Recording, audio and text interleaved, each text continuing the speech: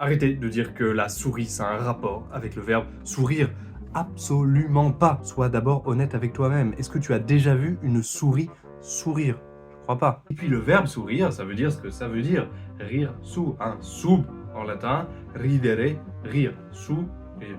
Tandis que le nom de l'animal, souris, bah ça doit venir du mot latin pour la souris, non? On n'a qu'à chercher alors. En latin, la souris, ça se dit mus muris. Ça te fait penser à quelle langue ça? Eh oui, Mickey Mouse. Mouse, la souris, en allemand, Maus. En grec, mus. Ouais, dans plein de langues indo-européennes, eh bien, c'est un mot qui se ressemble avec en gros mousse, quelque chose qui ressemble. En sanskrit, t'as musha. En slave, et dans beaucoup de langues russes, bah t'as mish. Et alors, le français, d'où on a tiré notre souris? Alors, on a bien tiré du latin, oui, mais d'un mot qui voulait dire musaraigne. Attends, d'ailleurs, musaraigne, on entend deux choses là-dedans. Mus, la souris, on l'a vu. Araigne. L'araignée? La souris araignée? Ouais, et d'ailleurs, t'en connais une autre de souris araignée.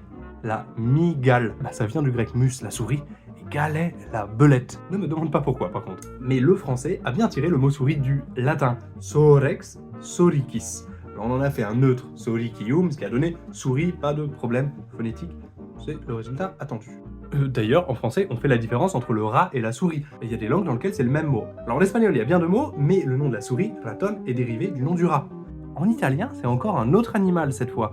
La taupe, talpa en latin, ça a donné il topo, topolino. Ah, attends, je pouvais pas partir sans te donner l'anecdote que tout le monde raconte toujours. Que le muscle, eh bien, ça vient du grec mus, qui veut dire la souris.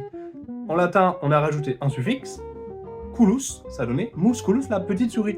Pourquoi? Parce que le biceps était vu comme une petite souris qui passait d'un endroit à l'autre.